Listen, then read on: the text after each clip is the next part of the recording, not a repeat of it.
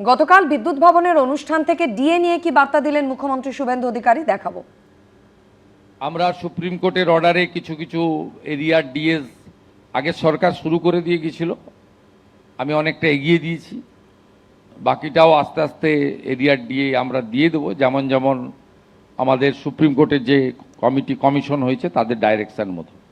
আমরা প্রথম 8 থেকে 15 আগের সরকার কিছু দিয়ে গিয়েছিল, আমি এসে অনেকটা দিয়ে দিয়েছি, বাকি 15 থেকে 19 এটা আন্ডার প্রসেস আছে, রিটায়ারমেন্ট লোকদের আগে দিচ্ছি, দিয়ে আস্তে আস্তে করে দেবো।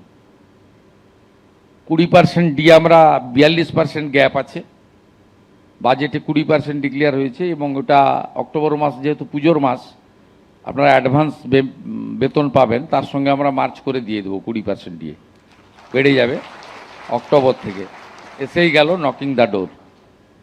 পে কমিশন 7th বানিয়ে দিয়েছি, ওই টার্মস অ্যান্ড রেফারেন্স তৈরি হয়ে গেছে, তার ডিসকাশান চলবে, মাস 6 তো মিনিমাম লাগে। যখনই দিয়ে দেবে আমি চেষ্টা করবো এই ফাইন্যান্সিয়াল ইয়ারের শেষের দিকে হলেও 7th পে কমিশন